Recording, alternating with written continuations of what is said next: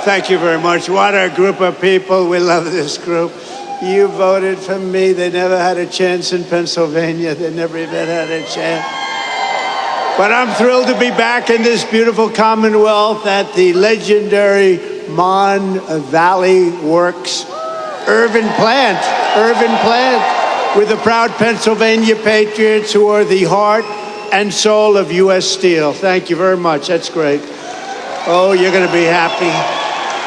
You're going to be happy. There's a lot of money coming your way. It's a lot of money. You're going to say, please, sir, we don't want this kind of success. It's too much, sir. We can't take it. Please, we beg you, we don't want this much success. But we do, really, don't we? We're going to be so successful. You have just started. You're going to watch. We're here today to celebrate a blockbuster agreement that will ensure this storied American company stays an American company. You're going to stay an American company. You know that, right? But we're going to have a great partner. We're going to have a great partner. And I have to tell you, Japan has been a tremendous friend of mine during my years as president. And then we had a little hiatus. We had a rigged election. But then we won. We said, let's make it too big to rig. And they made it too big to rig. And this is a much more powerful term than we could have ever had the other way. So a lot of things, God was looking down on us all for a lot of reasons, including right there. A lot of reasons we were blessed, and you're going to be blessed. You're going to see that. It will keep its headquarters in the great city of Pittsburgh, Pennsylvania, where it belongs.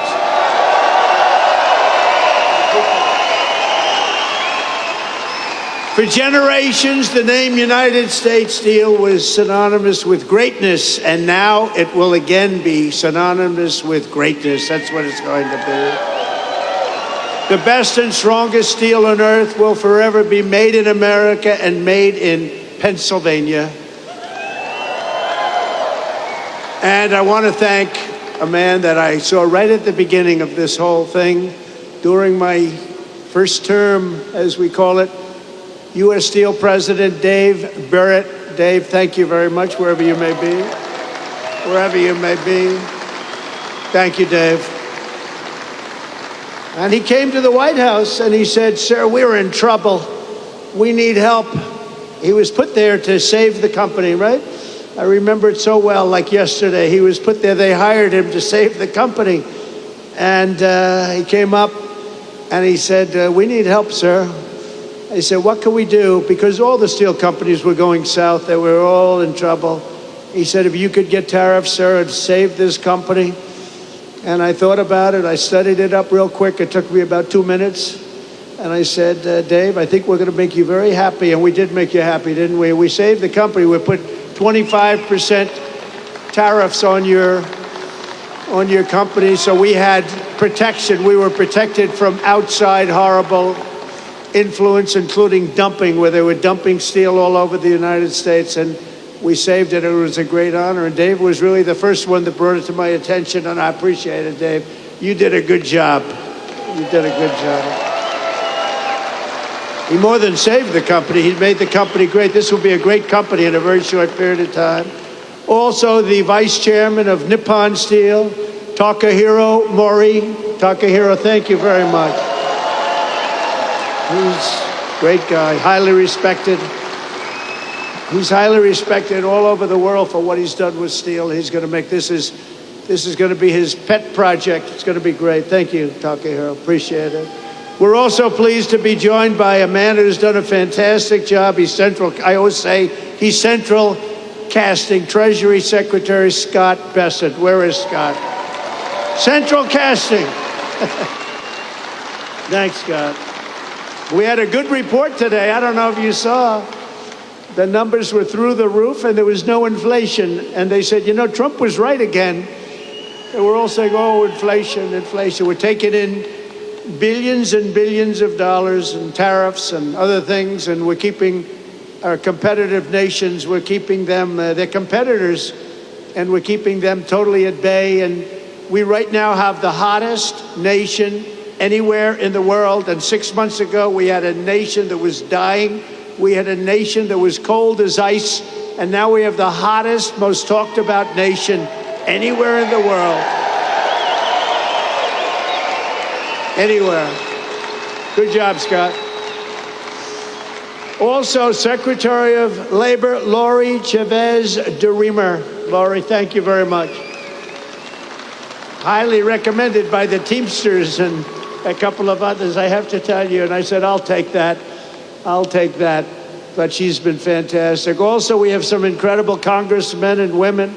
Mike Kelly, where's Mike? Mike, he's wearing a shirt today. A lot of times he doesn't. If it's cold, he doesn't wear shirts. Thank you, Mike. Dan Muser, who I hear is going to maybe be running for governor. That's what I hear. I hear there's a rumor about that. There's a rumor about that. Another man, good luck with that, Dan. I'll tell you, if that's your decision, you've got my support. You know that, right? If you run, you've got my support. He's been, Guy, don't you think he's been a great congressman? He's been a great congressman. And if you run, you have my support totally, and you'll win. You'll win. The people are going to get it real fast. Thank you very much. Good luck. Guy Reschenthaler, who is a fantastic person, with a very good friend of mine today, and I appreciate you coming together. And Guy, thank you very much. What a job you've done from the beginning, right? We never had a problem from day one, you and I. So thank you very much, Guy. Great job. Mike Ruley. You know Mike? Where's Mike? Mike, thank you, Mike. Great job you're doing. Thank you. Really, really good. And another friend of mine, a great hockey player, actually, Pete Stauber. Pete, thank you. What a great hockey player. He was the real deal, right, Pete? He'll even admit it. He's going to admit it. Pennsylvania Senate President Pro Tem Kim Ward. Thank you. Good job, Kim. Good job. Thank you. A woman who's an incredible writer, actually. She understands what they call the Rust Belt. We won't be able to call this section a Rust Belt anymore. It'll be a golden belt. It'll be a golden dome, right? It'll be part of a golden dome that we're building to save everybody's lives. But this is a woman who's really fantastic. She's a brilliant writer. She just got signed up by, of all groups, the Washington Post. That's big time. Selena Zito. Where's Selena? She's around here. Selena, thank you. She understands you people and me better than we do. She understands us, and she got it right from the beginning with Trump, didn't you, Selena? She said right early on, guess what? He's going to win. That was when people were saying, really, is he running? He's only doing this for fun. She said, no, he's going to win. And I wouldn't say it's fun, but boy, are we doing progress, right? We're making big progress.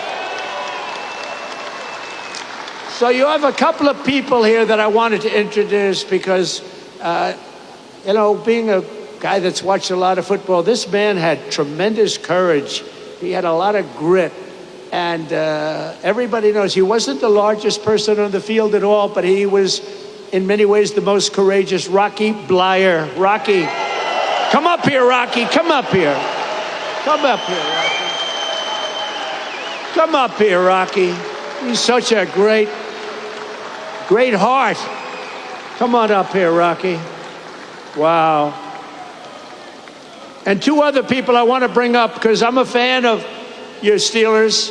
And I happen to think a really good quarterback is a man named Mason Rudolph. And I think he's going to get a big shot. He's tall, he's handsome, got a great arm.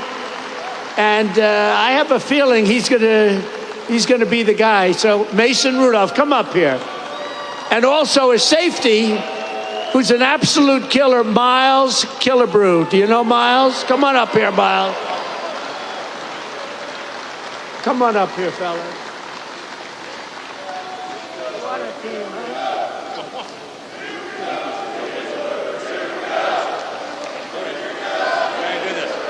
There you go. Mr. President, on behalf of U.S. Steel and to the people of Pittsburgh, more importantly, though, to all the Steeler fans that are here this evening, I have the honor of making you an honorary Pittsburgh Steeler and would like to present to you your jersey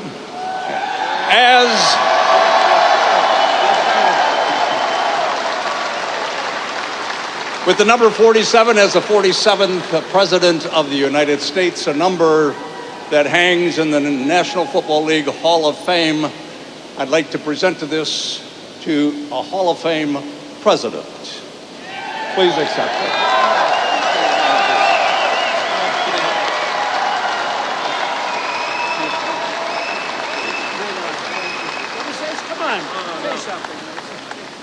Listen, I'm honored to be here with a great Steeler legend like Rocky Bleier, somebody who fought for our country in Vietnam and came back and played some great football with the black and gold. Awesome to be here, a part of this big investment in Pittsburgh. Go Steelers.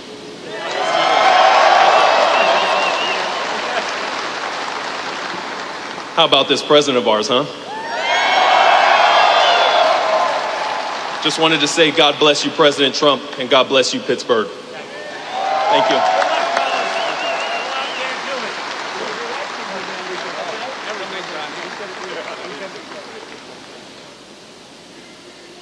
Thank you very much, everybody. It's a great group of people. And he did have a lot of courage, didn't he? Not that big. It's like up there. I said, Rocky, I've had you up to here. But boy, does he have a heart, right? Hearts, it's all about the heart. Also, Senator Dave McCormick, who had a great election victory, and he sends his regards. He's trying to get a certain bill through that's going to give you the largest tax cuts in history, and we got to get it done. So thank you to Dave. He's been great. Perhaps most importantly, let me thank the tough, hardworking members of the United States Steelworkers Local 2227 and the United States Steelworkers Local 1219 and the United States Steelworkers Local 1557. You people are amazing, and look what you've been able to do. Look what you've been able to do. This is a big deal today. This is a big deal. You know, I have to tell you about Nippon. They kept asking me over, and I kept rejecting it. No way, no way, no way. And after about 4 times, I said, you know, these people really want to do a great thing. They really want it.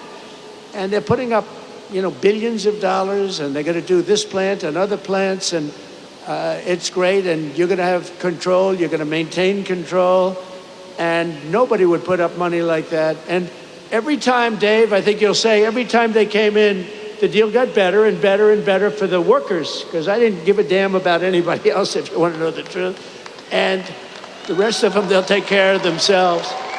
But for the workers, and I have no doubt that Nippon and Dave and everybody else, we're all working together, and I'm going to be in Washington. I'm going to be watching over it, and it's going to be great. But there's unbelievable spirit for what you're doing, and I'm telling you, you're going to find out that the great people of Japan, and we love them.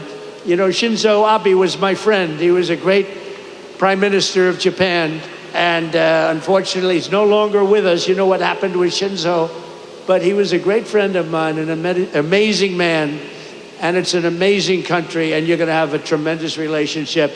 So thank you very much. We very much appreciate it. Very much appreciate it. For more than 124 years, the men and women of U.S. Steel have poured the molten metal and forged the tempered beams that built America's railroads, bridged mighty rivers, and raised up towering skyscrapers like the ones we have in New York. 100 stories high and much higher than that. The city of Pittsburgh used to produce more steel than most entire countries could produce.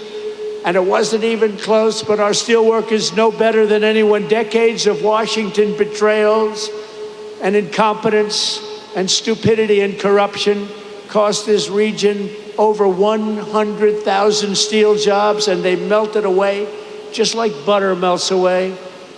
Between the year 2000 and 2016, more than half of all the jobs in Pittsburgh iron and steel mills were obliterated. They were just absolutely taken away. Like you take away candy from a baby. When I came into office 8 years ago, I proclaimed a simple but crucially important principle. If you don't have steel, you don't have a country. You don't have a country. You can't make a military. What are we going to do? Say, let's go to China to get our steel for the army tanks and for the boats and ships. A strong steel industry is not just a matter of dignity or prosperity and pride. It's above all a matter of national security, and it is.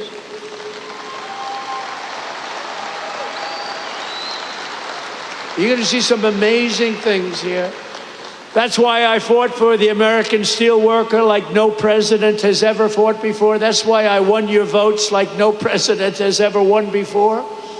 And right from the beginning, it didn't take long. You got it right from the beginning. I think before I even opened my mouth, because even as a private citizen, I used to fight and say, what are you letting all of these countries come in and steal your jobs, bring them to other countries? Why do you let that happen? Not only here, but all over the country.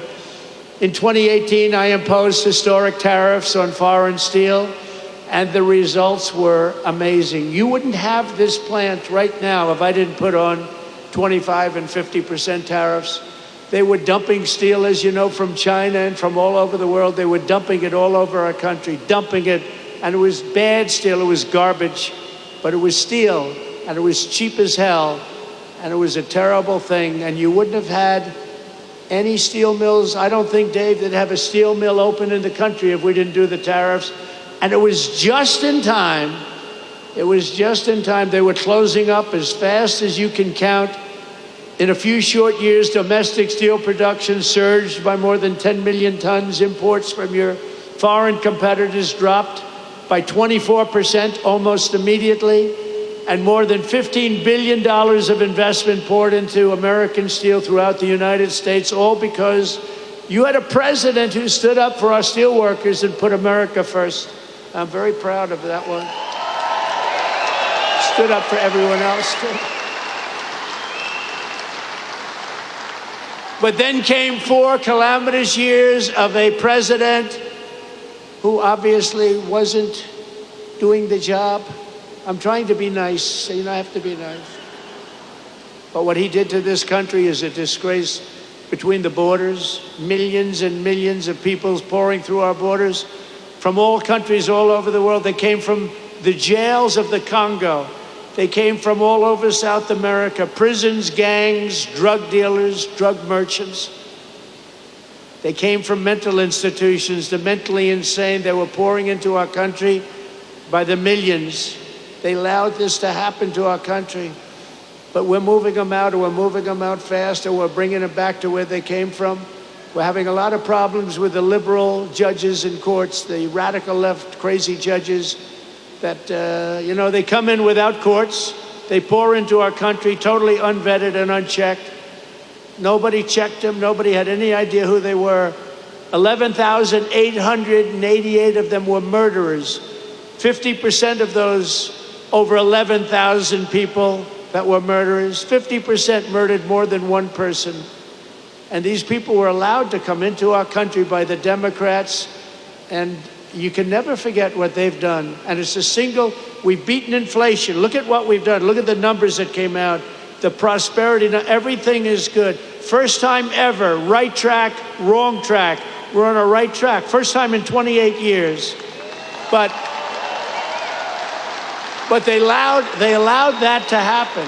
I built almost 700 miles of wall. If we didn't have the wall, we could have never done what we did. Over 700 miles, but still they came because they didn't want to finish. They didn't want to close up any gap, the gaps that we had to keep so that we could get our equipment out, so we could get through. They didn't want to put up the final stages. It would have taken 3 weeks to put up the final stages. They said, no, we don't want the wall built.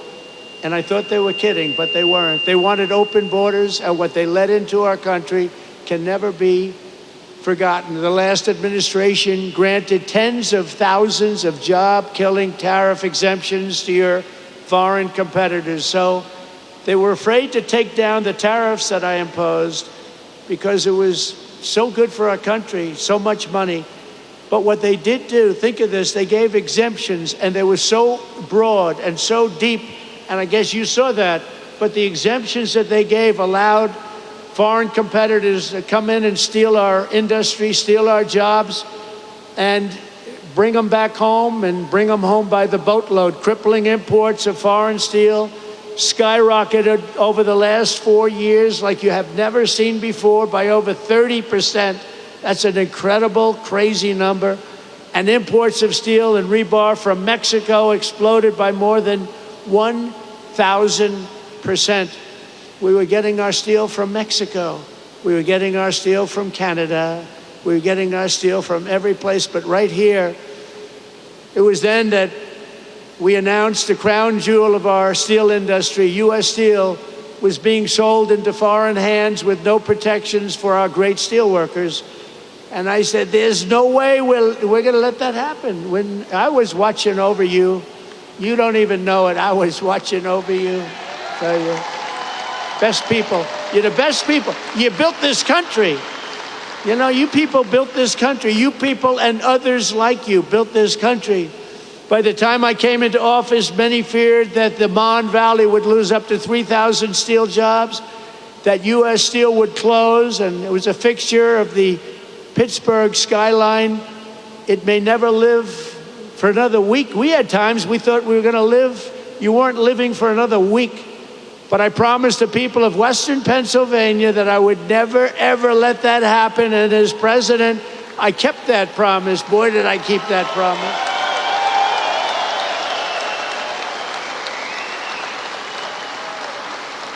So soon after initially taking office, I imposed powerful 25% tariffs on all foreign steel and ended each and every one of the Biden exceptions and exclusions. And today I have a major announcement. And are you ready to hear this? This is on behalf of Scott, Secretary of Treasury, Howard Lutnick, Secretary of Commerce, and all of the great geniuses and people we have working, and they are smart, but I don't think you'd be a good steel worker, Scott. I'm sorry. We're going to have to put a little more muscle content into that guy. But he's great. He's great at what he does. We are going to be imposing a 25% increase. We're going to bring it from 25% to 50%, the tariffs on steel into the United States of America, which will even further secure the steel industry in the United States. Nobody's going to get around that. So we're bringing it up from 25%. We're doubling it to 50%. And that's a loophole. And by the way, I have to tell you, I believe that this group of people that just made these investments right now are very happy, because that means that nobody's going to be able to steal your industry. It's at 25%, they can sort of get over that fence. At 50%, they can no longer get over the fence. So congratulations to everybody and to you for making a great deal. You just made a better deal, right? I said to the group, would you rather have a 40% increase? Because I was thinking about 40 when I came. I said, would you rather have a 40% or a 50%? They said, we'll take 50. I said, I had a feeling you were going to say that. So congratulations. Also, congratulations to Dave, because you got this whole thing started. Congratulations. Great job. Great job. The people here understand the word tariff, and you understand it better than the people on Wall Street. But now the people on Wall Street are finding out. They're saying, wow, you know, Trump was right. You saw today, they had an announcer, Joe Kiernan, CNBC, Maria Bartiromo, who's so fantastic on Fox Business. And they were saying, you know, Trump was right. Look at these numbers. The numbers got released today at 8 o'clock in the morning, and it showed no inflation and tremendous income jumps for workers and for the people of our country. And they go, wow, he was right. He was right. But you knew that. You knew that before Wall Street. The workers knew that. We don't want America's future to be built with shoddy steel from Shanghai. We want it built with the strength and the pride of Pittsburgh. It's Pittsburgh steel, it's U.S. Steel, and it's going to be something even more special when you get all that billions of dollars of new equipment that they're going to be investing right here. Billions and billions of dollars. Since I imposed our steel tariffs, and you know, I said that tariff to me is the most beautiful word in the dictionary. I love the word so much. I've always loved it. For 40 years, I've loved it. For 40 years, I didn't understand why people weren't in this country using tariff. They use tariffs to kill us. They use tariffs to take our businesses, not only steal, other businesses too. And we never knew how to use tariffs back because we had people in the White House that either didn't care or weren't very smart or both. And it really starts with the White House. It's very simple. It starts with the White House. But I said, it's my favorite word in the dictionary, the word tariff. And I got slaughtered in the fake news. I got killed. They said, what about love? What about wife and family? What about God, they said. So they made the word tariff be my fourth favorite word. And now I have no complications. It's my fourth favorite word. God, wife, family, all of the different things, but they did. It's not even believable. I said, tariffs is my favorite word, and I got slaughtered by these people. But we've had a lot of fun. We've jousted for a long time with the fake news. But companies all over the world have announced nearly $10 billion in new investments in steel, just in steel alone. But the Nippon investment we're announcing today blows them all away with a record-setting, and this was just heard of. We just came out a little while ago. $14 billion commitment to the future of this company. That is the single largest investment. That's the single largest investment of any kind in any industry. So not only steel, go all the way back. You go into fracking, you go into anything you want to go into because you're a good fracking state too. We love fracking, by the way. But think of this, the largest investment of any kind in the history of the Commonwealth of Pennsylvania. And we also will be the largest investment in the history of American steel industry. There's never been a $14 billion investment in the history of the steel industry in the United States of America.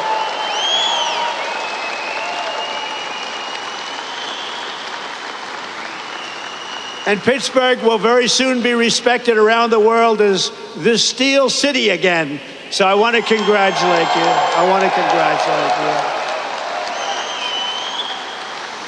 As part of this monumental commitment, Nippon will also invest $2.2 billion to increase steel production here in the Mon Valley Works, specifically allocated to Mon Valley, along with $200 million for the Advanced Technology Research and Development Center that's being built already in Pennsylvania. So I want to congratulate you. And in addition, another $7 billion to modernize steel mills, expand ore mines, and build state-of-the-art facilities in Indiana, Minnesota, Alabama, and Arkansas. So I want to thank you and congratulations to those states. Congratulations. And the bulk of these expenditures will be made in the next 14 months. It's going to happen fast. You're going to be very busy watching trucks go back and forth, loaded up with cash, or its equivalent. And it will create and save over 100,000 American jobs, including 14,000 jobs in Pennsylvania. Thank you. Very good. And by the way, your local union, I won't talk about your national union because I don't think he knows what the hell he's talking about. But your local union, I want to tell you, is so unbelievable. They've been great. I have to tell you that.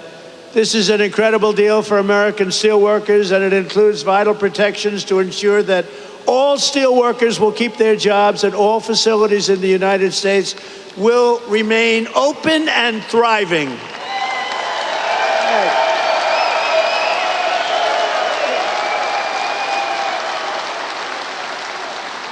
U.S. Steel will maintain.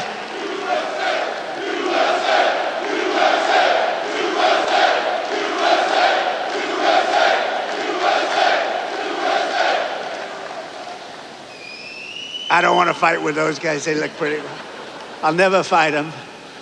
U.S. Steel will maintain all of its current operating blast furnaces at full capacity for a minimum of the next 10 years. And we have that as a commitment. But I don't even think that's I don't even think you have to worry about that.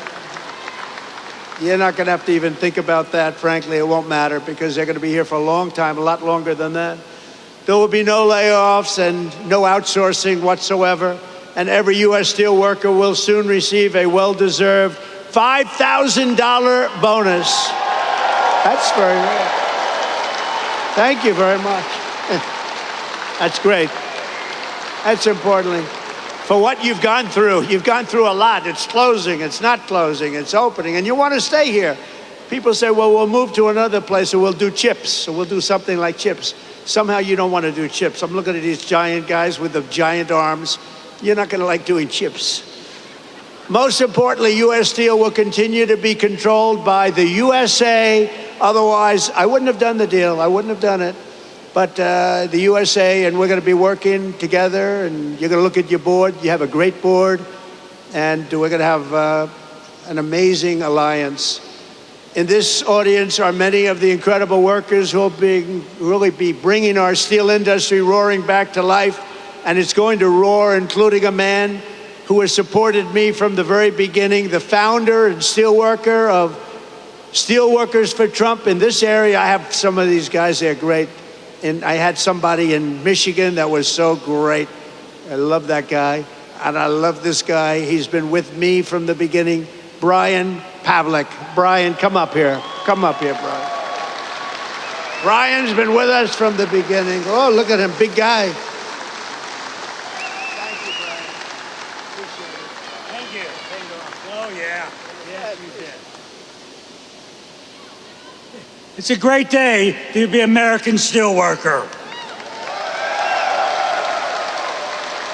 It's an honor to be on the stage with my hero and the greatest president ever, Donald J. Trump.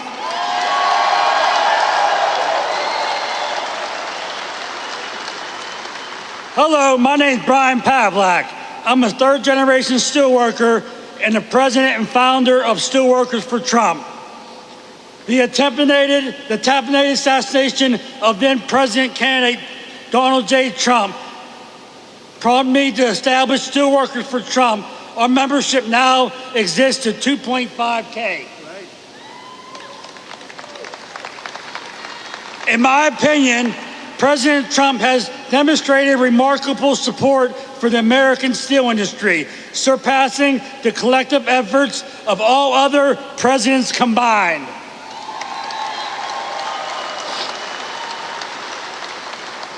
Through tariffs, he has fought to keep steel being made in America rather than being dumped onto us by China.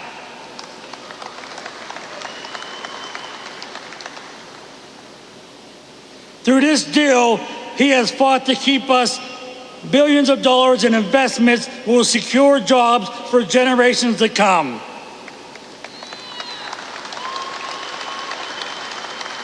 Thank you, President Trump, for your commitment to revitalizing the American steel industry and restoring its greatness and in making American steel great again.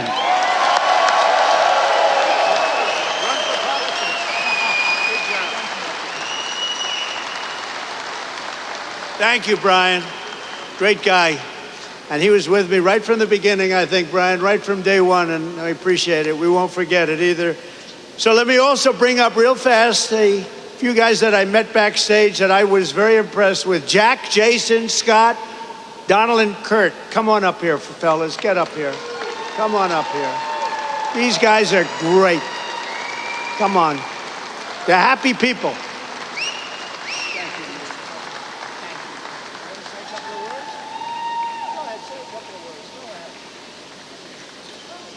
Thank you, Mr. President.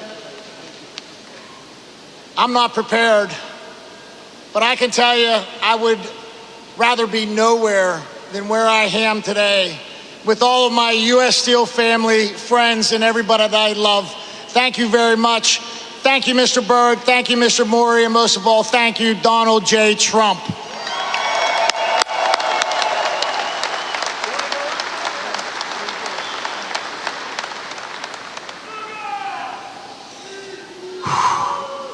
We did it.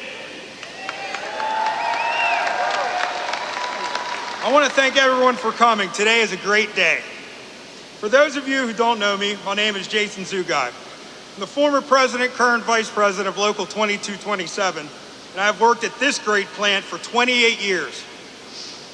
I'm a third-generation steel worker working for U.S. Steel, and by the way, I'm damn proud of that.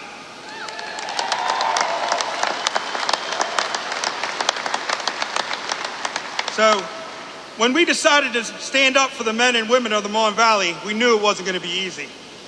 Almost every day there were obstacles in our way. At any point we could have chosen to give up, but we are steel workers, and giving up just isn't something we do. These investments will ensure steel will be made right here in Pittsburgh for years to come. And I want to take this time to thank a lot of people that were crucial to getting this partnership to the finish line. First and foremost, I want to thank God for giving me the strength, courage, and wisdom to fight day after day. I want to thank my family for their support. They were always patient with me when I'd be constantly on the phone, night after night, discussing this partnership, talking to politicians, or easing the mind of a union member. I want to thank Jack Maskell. We've been together from the beginning through this.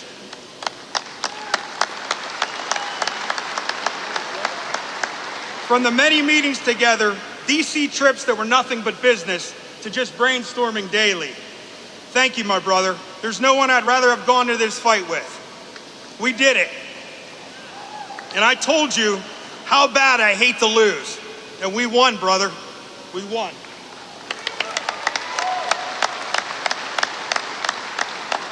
To the guys from Clairton and ET that fought side by side with us from the beginning, it was an honor, and I'll never forget our journey. I want to thank the local mayors who have stood toe-to-toe with us from the beginning. We greatly appreciate it.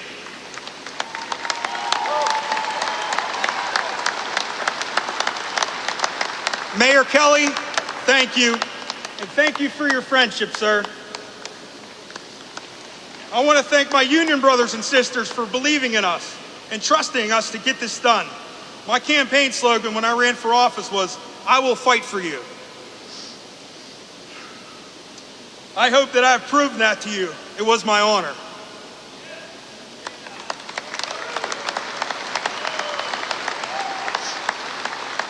Selena Zito, thank you. From the wonderful articles you wrote and the social media posts and everything you have done behind the scenes, you are a rock star. Thank you.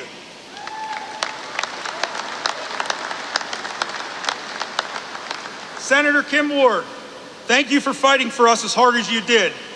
You were one feisty lady, and I say that with the utmost respect, and we appreciate it. The state of Pennsylvania and your constituents are so proud to have you represent us. Thank you. Chris Hall, just a small town guy from Chalfont that made it out and wanted to give back to his community. Thank you for your words of wisdom and unwavering support for your community.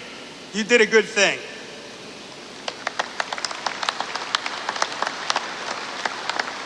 Congressman Dan Muser, you took our meeting in DC personally and never wavered after that meeting. You fought for us in public, and that means the world to us. We will never forget your support, and you can count on ours as well. Thank you.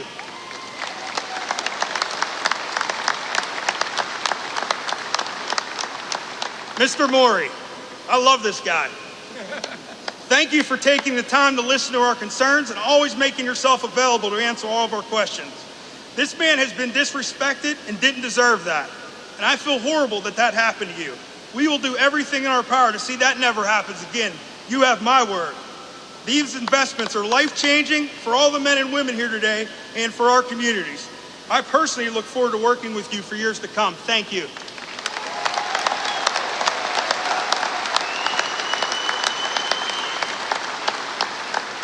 I want to thank the men from New York and DC that called me every day. Every day. They gave me advice and guidance through this process. You might have been behind the scenes, but you definitely had a hand in getting this partnership to the finish line. Paul, Curtis, Chris, thank you.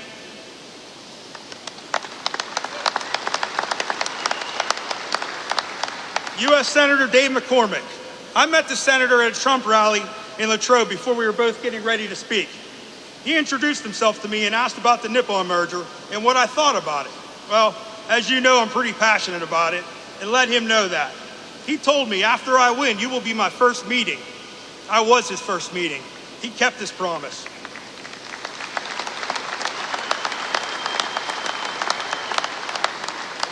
He asked all the tough questions during the meeting, and he gathered the facts. We met again last week to touch base, and he took it from there. Without his help, this partnership doesn't get done. Thank you, Senator, from the bottom of my heart. And last but not least, President Trump. What can I say? I never doubted you'd be there for us when we needed you. When our international endorsed Harris, we decided to take a stand for what we believed was right. That was to come out publicly and boldly in support of you. Although we aren't public speakers, we tucked our fears aside and did what any proud American would do. We thank you every day for risking your life and laying it all on the line for this country.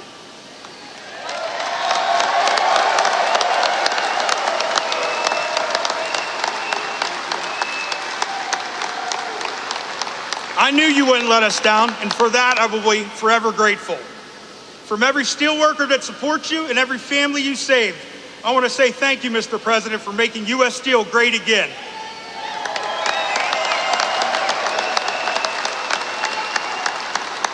God bless America. God bless U.S. Steel. Thank you.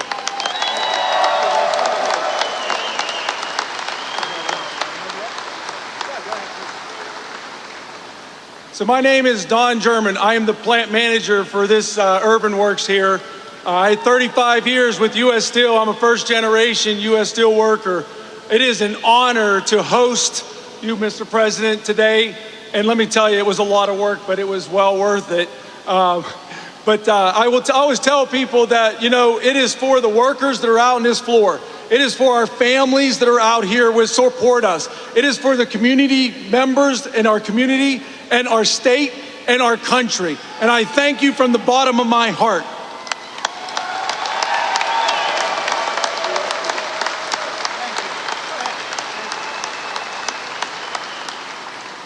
Good afternoon. As you know me, I'm Kurt Barshik. I'd like to tell Mr. President, the day I started at U.S. Steel, my supervisor at the blast furnace told me, "Kid, what are you doing here? Do you think this mill will be here? Look at Homestead. Look at Duquesne. They're not here. You're wasting your time." And I can stand here years later and think about our children, our grandchildren, our great-grandchildren that are gonna have family-sustaining, good-paying jobs, all because of President Trump. Thank you, President Trump. Thank you.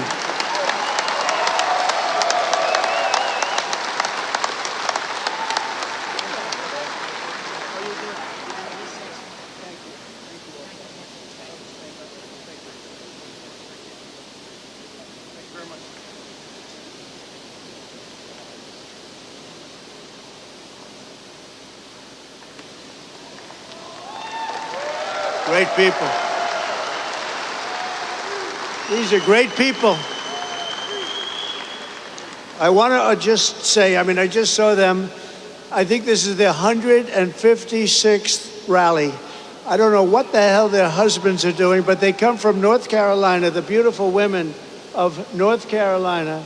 They're over here, and I just want to thank them very much for being here with us. It's been unbelievable. This is 126 or something like that.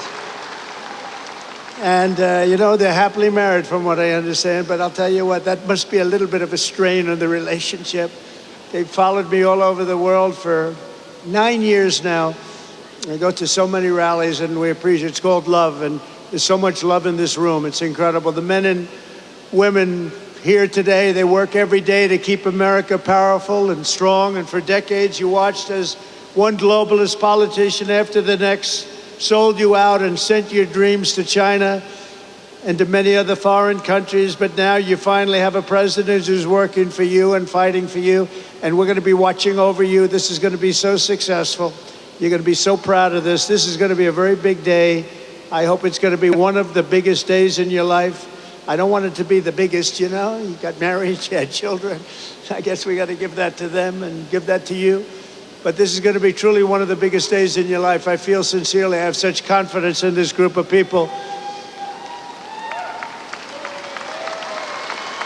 Since my election, we've created nearly 500,000 new jobs, including 10,000 manufacturing jobs, and those numbers are going through the roof. We're going to have close to $11 trillion invested in new investments in the United States, and you can look at other years. There's never been anything like that. And by the way, that's essentially in 2 months, not 4 months, because it took me a little time to get acclimated.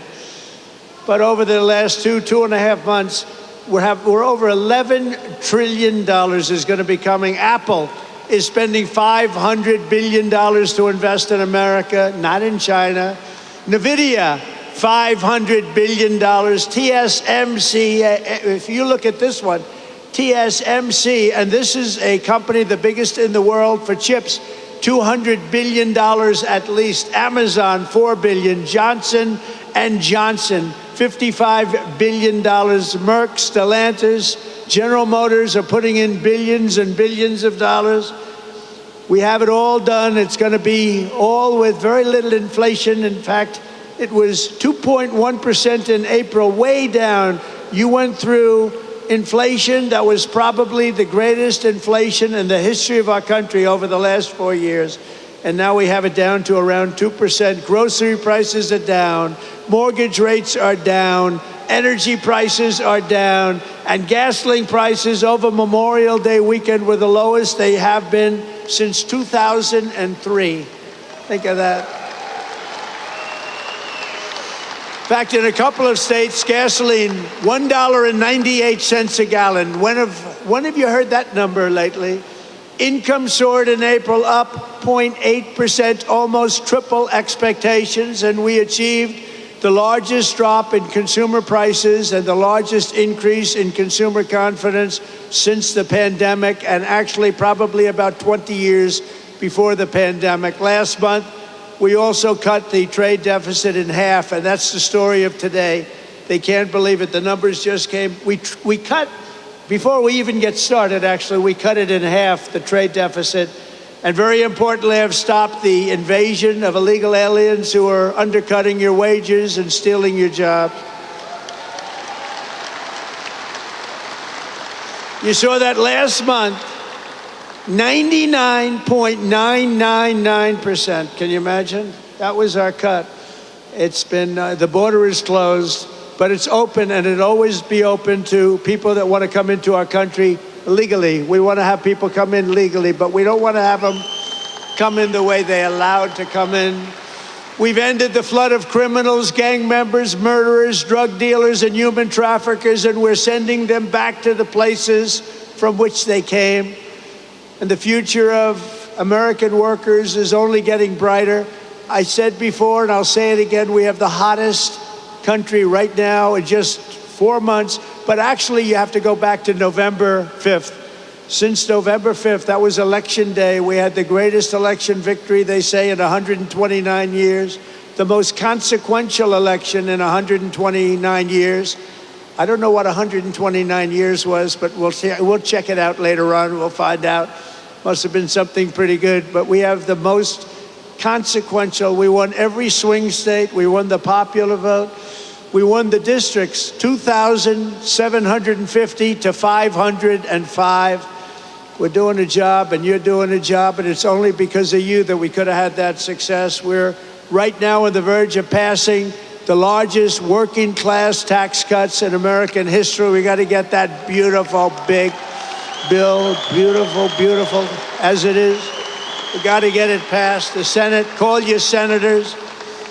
And I'll tell you, you have great people representing you. Your senators, your congressmen, you have great people. Every single Democrat House member voted to impose the largest tax hike in history. The Democrats are voting for the largest, highest tax hike in history. I've never heard of it before.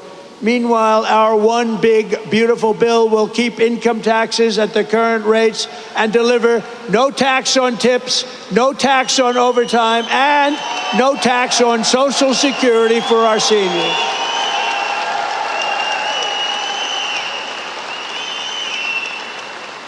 And we're going to make the interest payments, as you know, on cars. We're going to take the car payments and we're going to make them, those interest payments, you buy a car, you borrow money, we're going to make interest payments tax deductible, but only if the car is made in America, and that means made with American steel and steel from U.S. steel. And we're permanently expanding the child tax credit, and we're creating a special Trump account for every newborn child, starting them off with a $1,000 credit to be invested over the course of their life. A little baby is born, they're going to start off with $1,000. And if we do a good job of investing their money, we're going to go with one of the investing guidelines.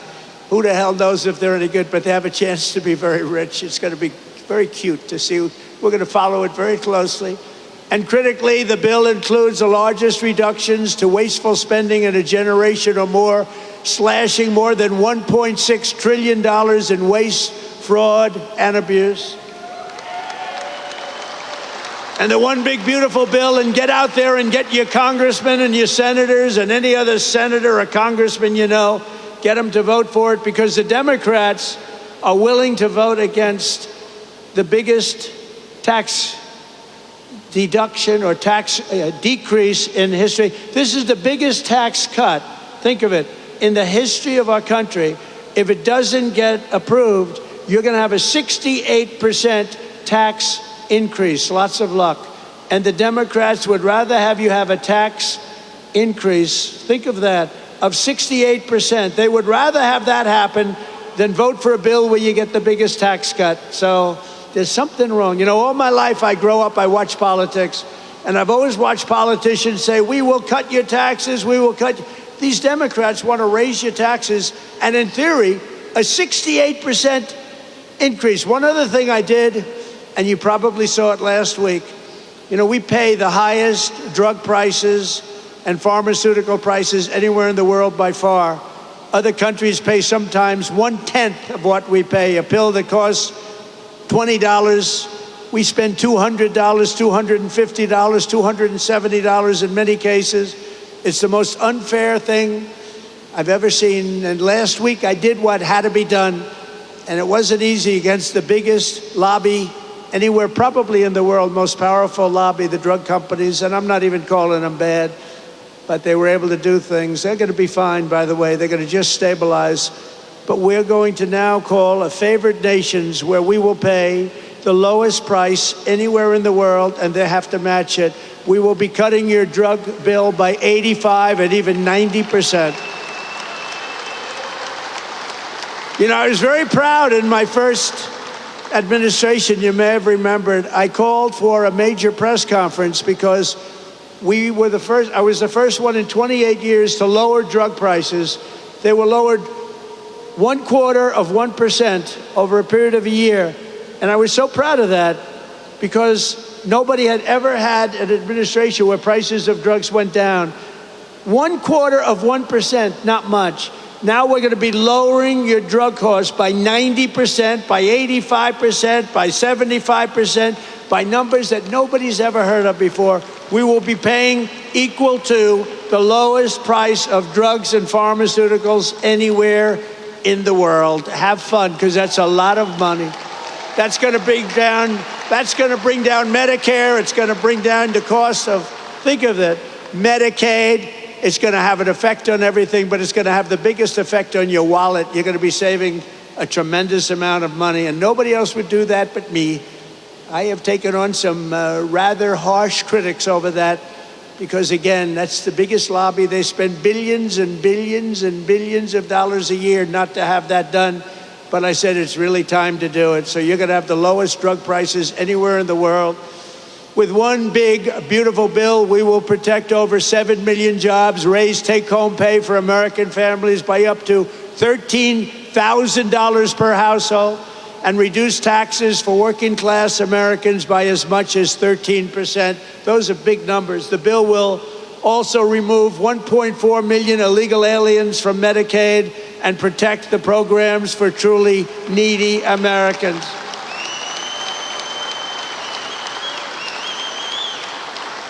And it includes funding to hire 3,000 new Border Patrol agents and 10,000 new ICE agents. And these people like you, these are heroes. The jobs they have done, they go into areas that are so dangerous, it's unbelievable, but they're tough, they're smart, and they love our country. So I want to just thank ICE, and I want to thank the Border Patrol, and I want to thank law enforcement in general. They've been incredible. Really incredible. And I'll never forget our firemen. I don't know if we have firemen here today, but we're never going to forget our firemen. They do a great job.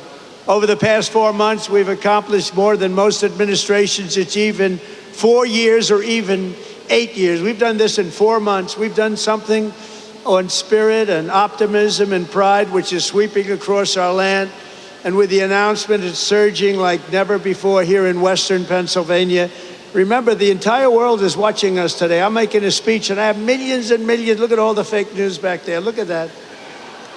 That's a lot of fake news, come to think of it. Now, they've been pretty good to us here. They've, gave us a reasonably accurate display. But all over the world, look at that. All over the world, they're watching your local region and how well it's doing and how well it's going to do. For generations, the workers of this region have always been there for our country when we needed you most. You built this country from Pittsburgh to Pottstown, from Bethlehem to Hopewell, and from Washington County to right here in Western Mifflin.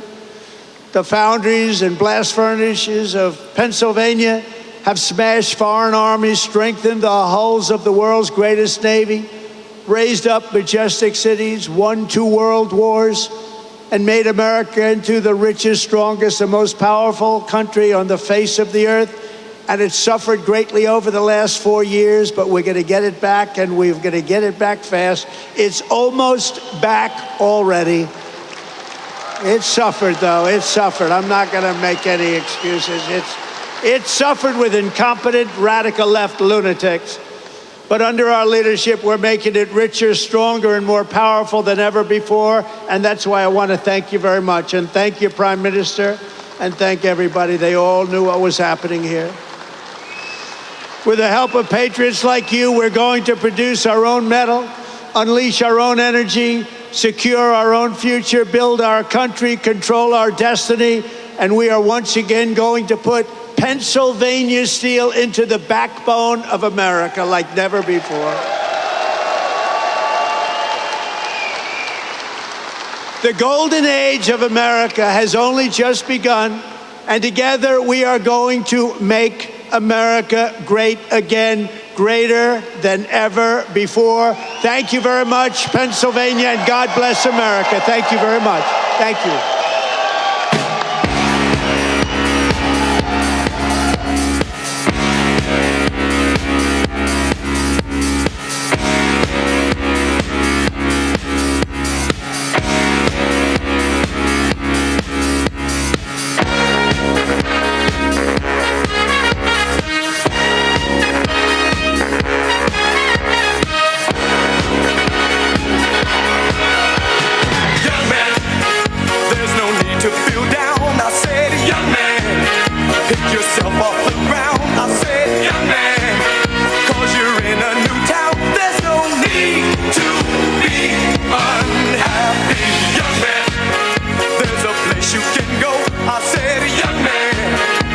Short on your dough, you can stay there, and I'm sure you will find many ways to have a good time.